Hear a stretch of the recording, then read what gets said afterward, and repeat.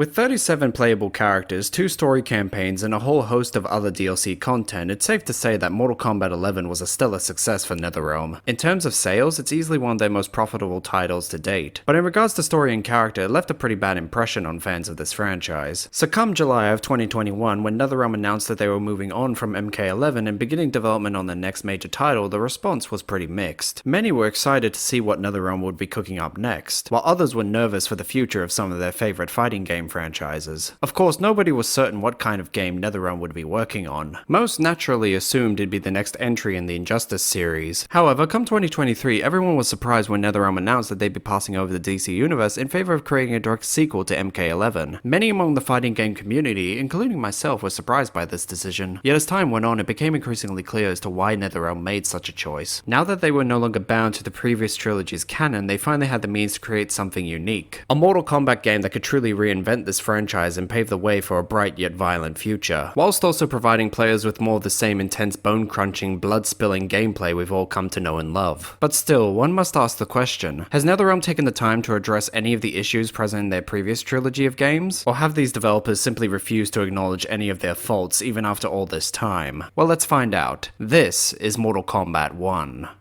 Following the events of MK11, Liu Kang has freed the universe from the control of Kronika, the former Keeper of Time. Now having restarted history and crafted his own timeline, Liu Kang hopes to set events into motion that would ensure a long-lasting peace throughout the realms, beginning by recruiting new iterations of familiar fighters and preparing them for this timeline's version of the Mortal Kombat tournament. He works hard to ensure each of his champions are prepared for the battles that are to come. However, it isn't long before Liu Kang realizes his peaceful vision for the future is being tampered with. Someone has been empowering those with the potential to bring about war, twisting events in order to create conflict between the realms and pushing certain fighters into repeating the mistakes of their previous timeline's counterparts. So with time running out and dark forces working against them, Liu Kang and his champions must work fast in order to track down the architect of this conspiracy before the peace they've worked so hard to cultivate is broken beyond repair. Yet as time goes on, it'll become increasingly clear to Liu Kang that the past he once knew isn't so easily erased, as the MK universe has grown far larger than anyone could have ever predicted.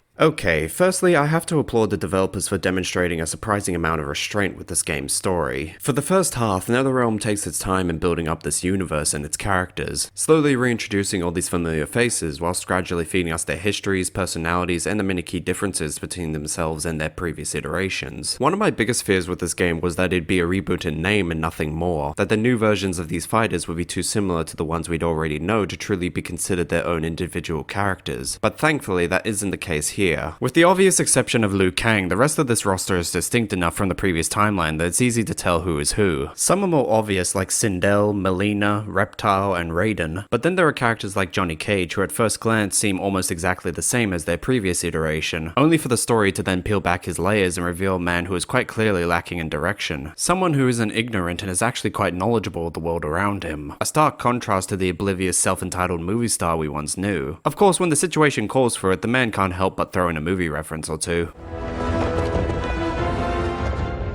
Get away from her, you bitch. Excuse me? You know, the movie. Tiny girl, ginormous alien. Bradley! No? Seriously?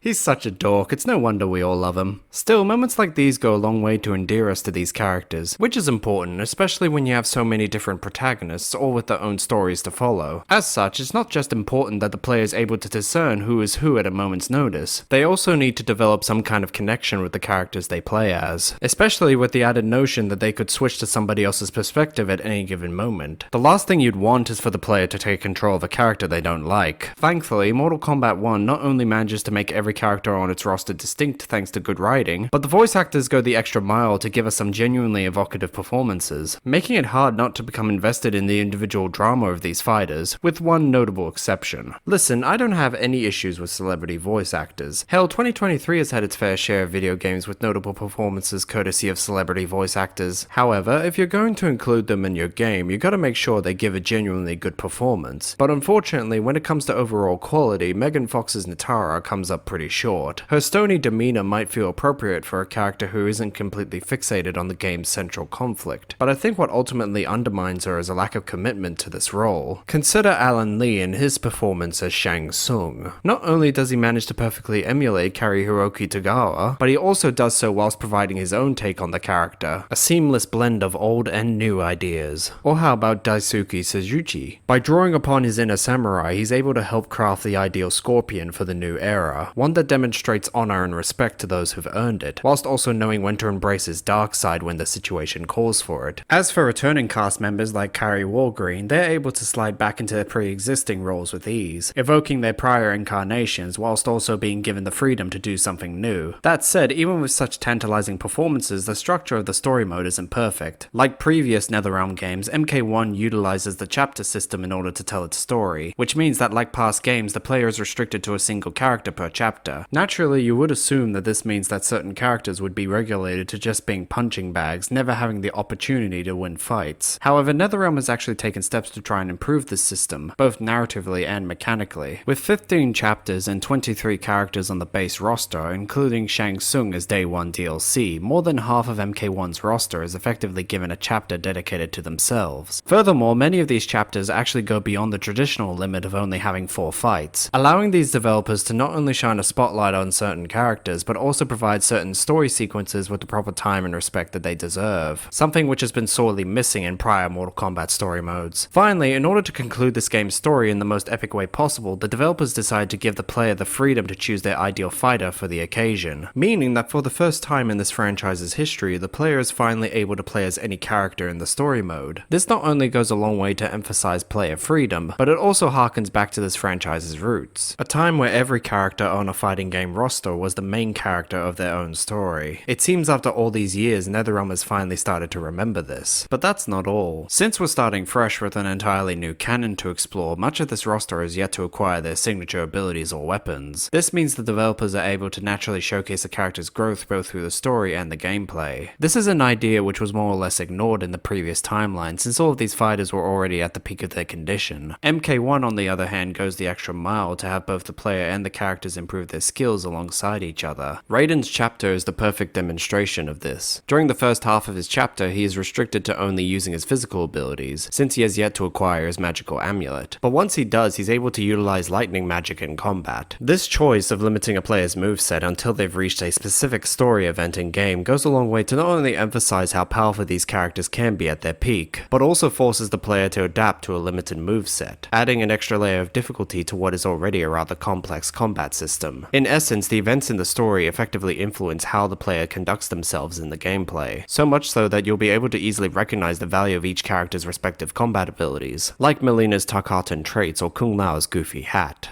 That is not a good idea. It is genius, Raiden. The next time we see Sub-Zero, I will have to thank him for inspiring it. Ow! See? It won't be effective.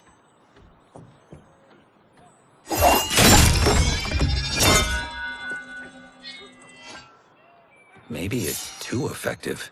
I had a friend sit with me when I first played through the story mode, and despite knowing very little about this franchise and its characters, by the end of the campaign she was deeply invested in the drama and the world of Mortal Kombat. So it's safe to say that MK1 is a solid jumping off point for anyone new to this series. It's a solid reboot that goes the extra mile to distinguish itself from what's come before, whilst also paying homage to the past, especially the 3D era of Mortal Kombat games. With so many twists and turns, it's hard not to get pulled into this game's narrative. NetherRealm has gone the extra mile to make this reboot feel earned and unique, without having to sacrifice half their roster in a single cutscene. They've given fighters who are nothing more than glorified jobbers the opportunity to shine, while making sure that the fights had natural setups that were appropriate for the story. If you're like me and holding out hope that NetherRealm could deliver a decent story this time around, then rest assured, MK1 is without a doubt the best written Mortal Kombat game yet. I can't wait to see where they take this narrative next, especially with the promise of a story expansion sometime in the future.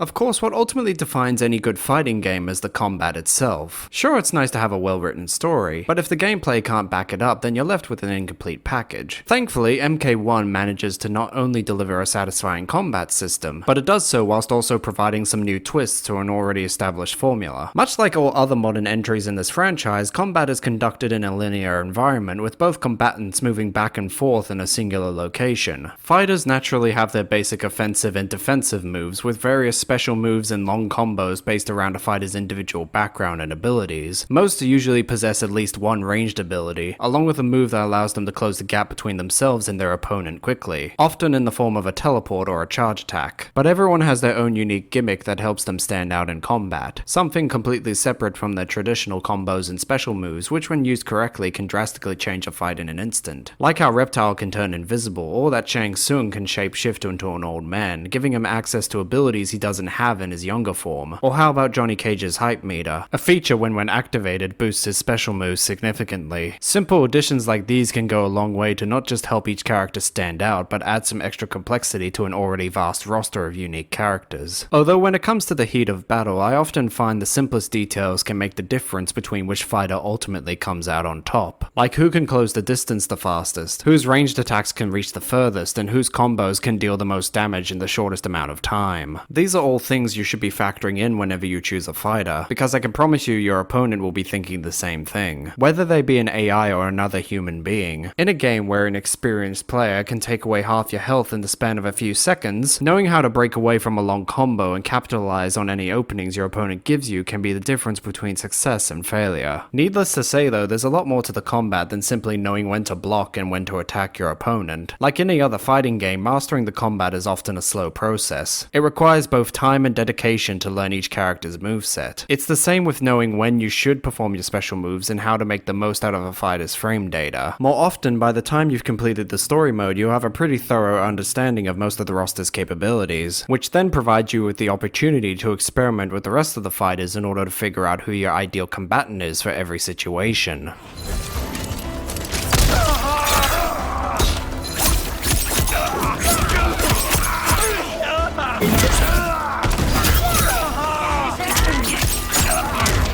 Still, finding the ideal combatant for every occasion is only half the battle. The rest of your success is reliant on skill and an understanding of the gameplay mechanics. From the simple stuff like combo breakers, flawless blocks, aerial attacks, and your various wake-up options, all of which can go a long way to improve your long-term survivability in combat if implemented properly. But then there's the constant inner battle you'll have regarding how to use your energy meter. In MK11, your meter was divided between your offensive and defensive moves, allowing you to more easily pick and choose how to use your meter throughout a fight, especially since it naturally regenerated over time. But here your meter is once again governing all your moves, whether they be special moves, breakers, jump cancels, etc. Additionally, your meter no longer regenerates over time and must be earned through prolonged combat, meaning that if you were to use your energy on an enhanced move only for your opponent to suddenly block the attack, then you just wasted your chance at dealing more damage. So you gotta think carefully before you use it. To make things more difficult, crushing blows have also been completely removed, meaning that now you have to rely solely on your enhanced meter attacks and combo inputs to improve your overall damage output. Thankfully though, while crushing blows might be gone, fatal blows make a return, and much like MK11, these special moves can only be triggered when a player's health drops below 30%, effectively serving as the ultimate comeback move, a means from which one can recover should they be on the losing side of a fight. Although it should be noted that the fatal blow no longer gives you invincibility on startup, meaning that a well-timed attack can effectively ruin one's attempt to regain the upper hand.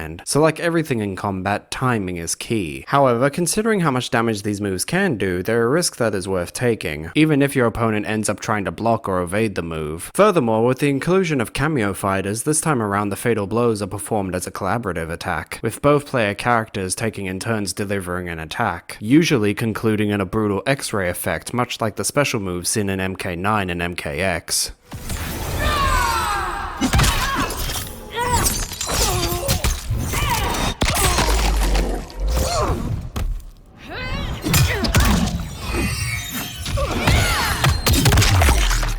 Alright, it's about time we talked about what is easily the most significant addition NetherRealm has made to the gameplay. Say goodbye to the variant system and say hello to the cameos. For the first time since MK9, players can choose a second fighter to assist them in combat. However, unlike tag combat, the secondary character you're provided with isn't its own independent fighter. Instead, they function much like the in-game modifiers present in MK11, only rather than being limited to a single move per character, they're presented like an additional fighter with their own moveset and characteristics. Every cameo fighter has their own meter, usually broken into two segments. Using them consumes half of their meter, but unlike your main character's energy meters, the cameos will naturally be restored over time. Of course, this doesn't mean you can simply spam their moves indefinitely until you win a fight. If not properly timed, you could easily end up wasting what was an ideal opportunity to use a cameo fighter. Put simply, you should approach the fighters on the cameo roster like any other fighter on the main roster, with great care and patience. Especially since they're able to introduce a wide multitude of different variables to an already complex combat system, such as adding new overhead and low attacks which certain characters might lack in their combo chains, allowing one to effectively extend their combos beyond their natural limit. But that's not all. Many of them are capable of providing you with invulnerability to projectile attacks, specialized abilities like teleportation, or even elemental armor. So if you have a fighter who can't teleport, then pairing them up with Cameo Kung Lao would allow them to close the gap between themselves and their opponent quickly. Or hypothetically, if you're someone who enjoys long combo chains, then pairing up your fighter with someone like Frost or Cyrax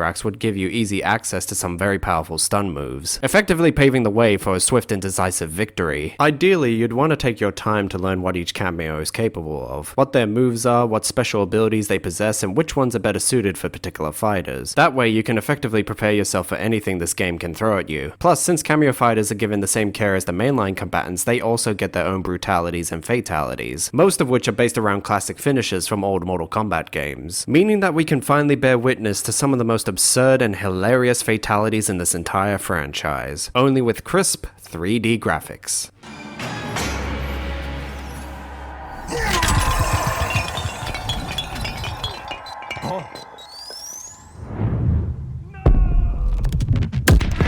Fatality.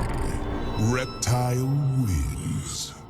There's simply no better way to celebrate a long and bloody fight than with a violent execution. MK1's fatalities are easily some of the best looking in this franchise, and with the inclusion of the cameo fighters, we now have ample access to a large assortment of finishing moves, providing you with plenty of options on how you want to celebrate your victory. Sure, not all of them are perfect. You can clearly tell which fatalities the developers put a lot of thought into and which they didn't. But even the simplest finisher on this roster goes a long way to showcase just how violent and destructive these characters can be when the opportunity arises. Plus, thanks to the seasonal updates, the developers are able to take things a step further by including fatalities based around popular holidays. At the time of writing, we have 3 so far, each of which is perfectly suited to celebrate the holidays, although I do wish you didn't have to pay real money just to unlock these finishes. It can definitely leave a bad taste in your mouth to know that you have to spend more money just to unlock a new way to watch someone die. Still, if you're not up for forking over real money just to get a couple extra finishing moves, then you could always try pulling off a brutality. Unlike fatalities, these require you to input a specific move in a particular way at the end of a fight. If done correctly, it can result in you killing your enemy before the announcer ever gets the chance to say finish them. Hell, based on my track record, you're more likely to pull off one of these by sheer accident rather than doing them deliberately. I can't recall how many times I unintentionally knocked somebody's head off at the end of a fight, although I won't deny it is pretty funny to see somebody's head go flying without warning. Still, the fact that you can do most of these brutalities so easily definitely makes them a more enjoyable alternative to fatalities. They're easily the best way you can catch your opponent off guard at the end of a match.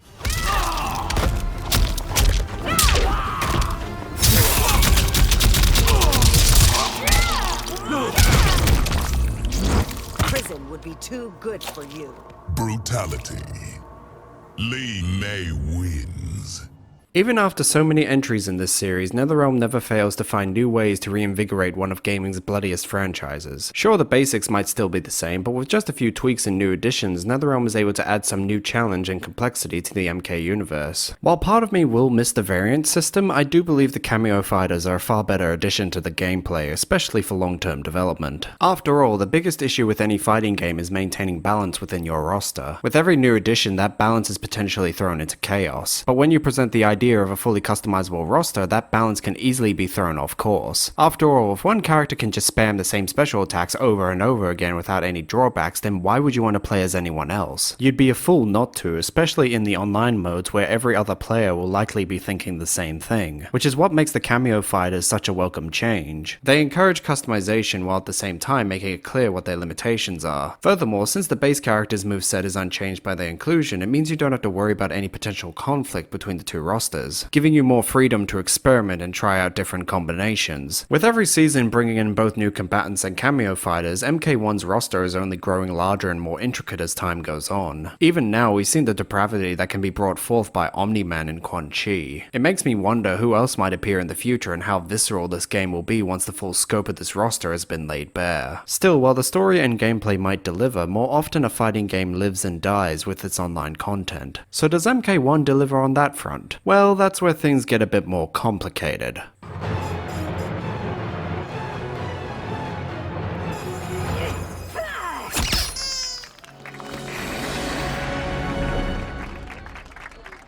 Aside from the cameo system, the other big shift NetherRealm has made to the traditional Mortal Kombat formula is in regards to the crypt. This time, instead of having a graveyard full of chests to open or a large expansive island to explore, players are greeted with something far more complex. To be brief, it's a large RPG-styled board game full of hazards to encounter and prizes to be won. Referred to as Invasions mode, this new take on the crypt has more in common with Deception's Conquest mode, providing players with a series of large expansive maps which they navigate from a top-down perspective. You'll be able to take on Invasions mode as any fighter of your choosing, gradually becoming stronger as you win fights, accumulate special items, and overcome the many challenges that are spread out across each season, which ultimately culminates in a final battle against that season's boss. In playing the mode, users will unlock new skins, in-game currency, and be able to effectively earn experience for their chosen fighters, making it the ideal mode if you're seeking to level up, especially since the vast majority of the fights in this only last one round. However, unlike arcade or story mode, the fights in Invasions mode employ gameplay modifiers in order to shake up the combat. These modifiers can add an extra layer of strategy, forcing players to adapt to an ever-changing combat loop that gradually increases in difficulty and complexity as you progress. Some of these modifications are relatively simple, from temporarily stunning you to just briefly damaging you, but then there are others with the potential to completely disrupt your movement or momentarily blind you. With a good blend of simple and more complex modifiers, these additions are perfect for making the gameplay more challenging in the long run.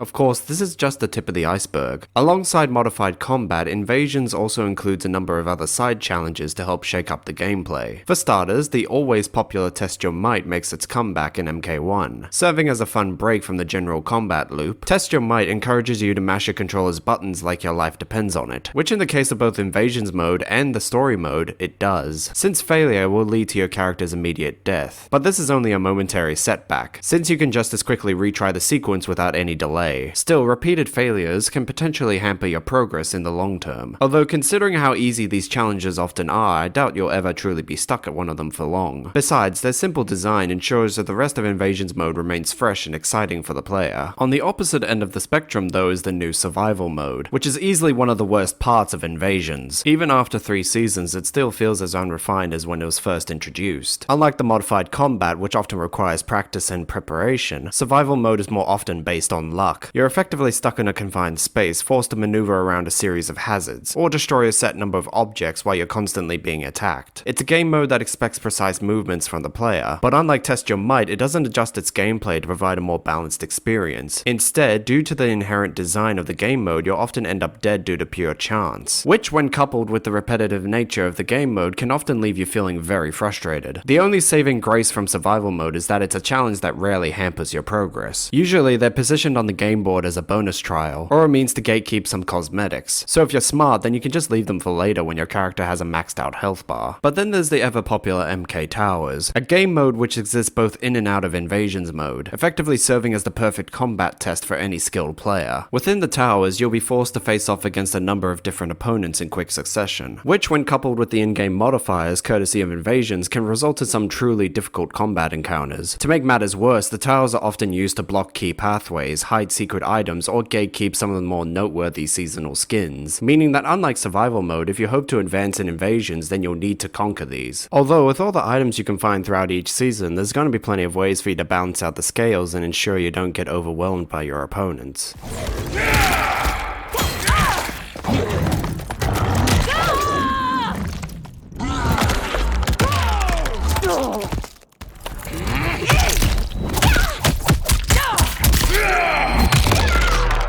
Still, the true appeal of Invasions mode isn't found in the combat or the various side challenges dotted throughout all the maps. Rather, it's the simple idea that the game mode's constantly changing. Every few months, a new season will officially begin, bringing with it new exclusive skins and gear for the player to unlock. Along with that, new challenges will be faced and a new story will be presented to the player. In essence, it means that you'll never be starved for content. The developers can just keep updating this one game mode to provide the player with new skins to unlock and fights to master. That being said though, the repetitive nature of Invasions mode can become quite taxing after a while. There's only so many times you can fight the same opponents before things start to get boring. In fact, the reason I delayed this review for so long was because I wanted to see what steps NetherRealm would take to try and keep Invasions mode fresh and exciting for the player. So after 3 seasons, what have they done? Well, their first step was to try and balance out the gameplay. During the first season, the combat felt less like a challenge and more of an annoyance, especially with the vast majority of fighters being given super armor, a modifier which effectively makes any attacks against them worthless unless properly timed, which when coupled with the other in-game modifiers can leave you feeling more frustrated than engaged in the combat. But with the second season, the developers started to adjust their frequency, making super armor a rare occurrence, which in turn provided a more balanced experience, while the rest of the gameplay modifiers have been scaled back so they don't consume half the game screen, ensuring that the player can actually see what's going on and aren't constantly being blinded by whatever the developers have added to spruce up the fight. Furthermore, when navigating the game board, the developers have greatly reduced the likelihood of being ambushed, making secret fights a far rarer occurrence in-game, ensuring that you aren't constantly being bombarded with one fight after another, especially if all you're trying to do is just get back on track. Something which genuinely infuriated me during Season 1. Following on from that, they also improved your movement speed. Originally, all you could do was slowly walk from one fight to the next, making the gameplay feel more monotonous than it really should be. With Season 2, they gave the player the option to increase your movement speed, so now you can effectively run across the game board, making any backtracking a lot more manageable in the long run. But when it comes to the side challenges, the developers haven't added anything new to spruce up the gameplay. Given the ever-evolving nature of Invasions mode, you'd think they'd add some other retro game modes like Test Your Luck, Test Your Sight, or even Motor Combat. Any of these would definitely go a long way to mix things up, rather than forcing the player to tackle another dozen fights with varying gameplay modifiers. But after 3 seasons, it's just been more of the same. That being said though, when it comes to some of the more recent attempts at adding live service elements to a game, Mortal Kombat 1 definitely feels like a breath of fresh air. Unlike some developers, NetherRealm doesn't ask you to invest more money just to unlock some new cosmetics. In fact, no real-world currency is involved in Invasions mode at all. Instead, everything you unlock in this can only be attained through your own hard work and dedication, making any rewards attained by the player more worthwhile in the long run. Still, I would have thought that they'd put a little bit more effort into each season's story, but they mostly all follow the same basic setup. Someone from an alternate timeline enters Liu Kang's new era and leaves a path of destruction in their wake, leaving it up to your chosen fighter to stop them. Nothing overly complex, but it does give us some insight into some of Mortal Kombat's many alternate universes, from a grief-stricken Scorpion to a warmongering Sub-Zero to a blood-crazed Nitara.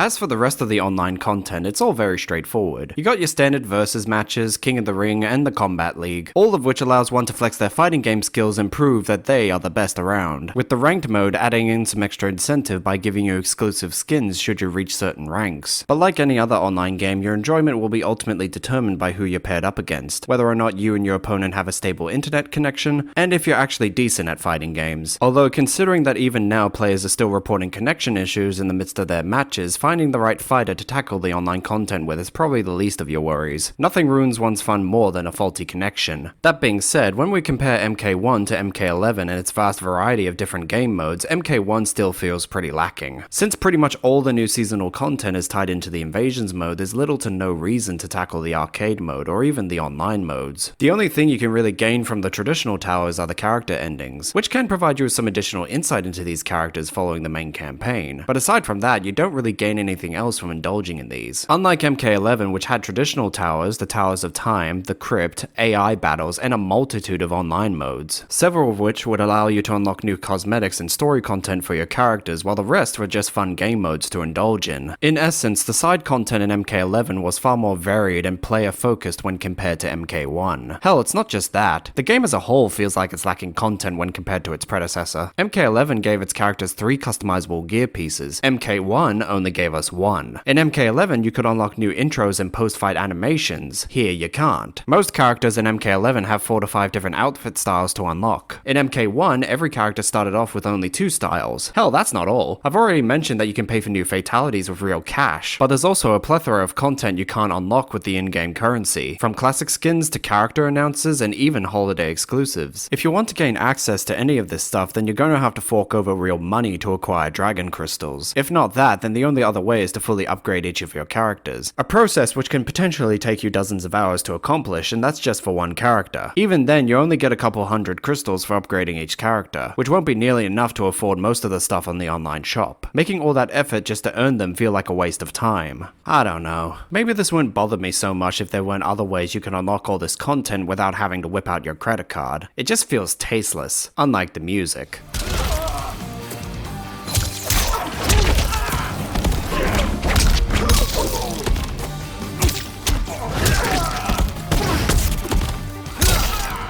As befitting of a game based around the 3D era, MK1's soundtrack consists of a myriad of different melodies. Composed by Wilbert Roger II, he hoped to provide the game's soundtrack with a clear identity that not only kept itself separate from what's come before, but also pay homage to the franchise's past. From blending various rock and electronic themes together, to having whole orchestras radiating throughout an entire stage, Wilbert is able to effectively evoke the uniqueness present in each locale without taking away from the gameplay. Consider Cage's Mansion. Already it's a noteworthy stage due to the character it's associated with and its place within the story, but the soundtrack adds an extra layer of charm to the location that would be easily missed if it was removed. The same could be said of the Wuxi Academy and many of the late game stages. Mortal Kombat 1's music isn't simply vibrant, it's diverse and leaves quite a large impact on the player, effectively providing you with the perfect melodies to enjoy as you fight. But when you combine such a nuanced soundtrack with NetherRealm's cinematic narrative, you're presented with something truly special. In essence, the music becomes an audio representation of the game's story. At first, we're greeted with gentle melodies and friendly tempos, but as the conflict in the new era escalates, so does the music, gradually becoming more tense and chaotic, ultimately culminating in a symphony of destructive themes that permeate throughout every inch of this game's narrative, which is only further enhanced when combat begins, at which point the game's sound design takes center stage. While it might not be the most noteworthy aspect of this franchise, credit must be given to the sound designers for perfectly capturing Mortal Kombat's visceral gameplay. Not only do the developers make sure you can see every ounce of the uncensored gore on screen, but they make sure you can hear the agony these fighters go through as their bodies are slowly torn to pieces. Truly, if NetherRealm ever wanted to make a horror game, they could sell their title on just the audio alone. Still, I often find it's the more subtle sounds that capture my attention. Like how you can hear police sirens whenever Stryker shows up. Or how about the echoes of a camera whenever Johnny Cage lands his fatal blow. Small little details like these not only pay diligence to the characters, but go a long way to showcase their unique characteristics, which when combined with the game's visuals easily makes MK1 one of the most distinct entries in this franchise yet.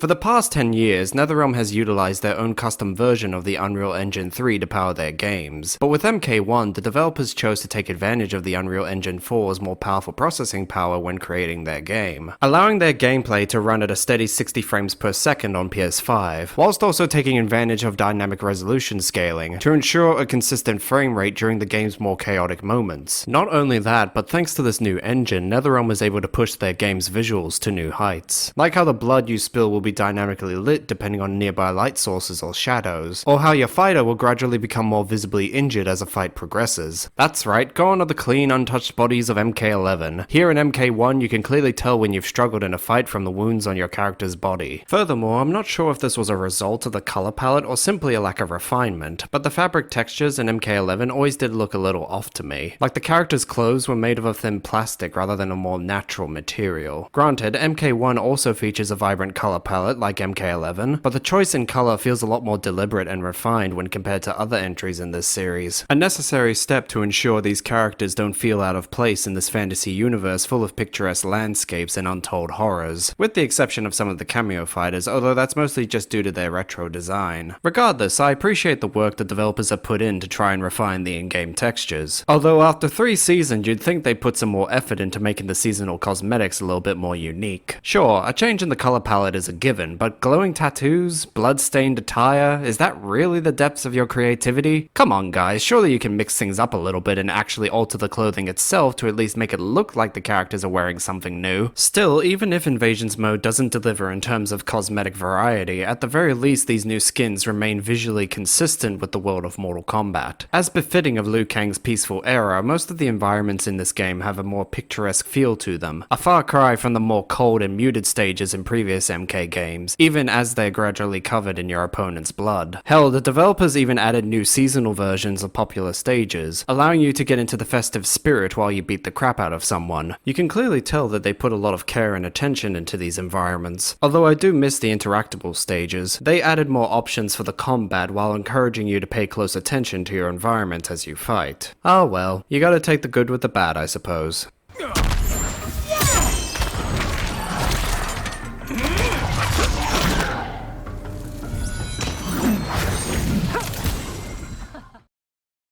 If you're new to the Mortal Kombat franchise, then MK1 is the ideal game to start with. Sure, it might be lacking in content, but it does feature one of the best written stories NetherRealm has ever created. With a large roster consisting of both classic fighters and marquee characters from the 3D era, NetherRealm was able to appeal to both longtime fans and new players. While the cameo system adds an extra layer of complexity to the combat, encouraging players to try out various combinations of different fighters in order to find their ideal pair. Sure, it isn't perfect. Invasions mode can get quite repetitive, while the online portion is lacking in content to indulge in. The developers are working to provide players with new customization options, but I feel that not enough is being done to help distinguish these new outfits from what's already present in the game. It also doesn't help that many of the more notable skins are either being locked behind a paywall or require an exorbitant amount of XP just to unlock. Still, with combat this engaging, a superb narrative, and the promise of more DLC content in the future, it's hard not to get invested in this game. In a year's time, this might very well be the best entry in this franchise yet. But for the time being, Mortal Kombat 1 still has some rough areas that need to be straightened out.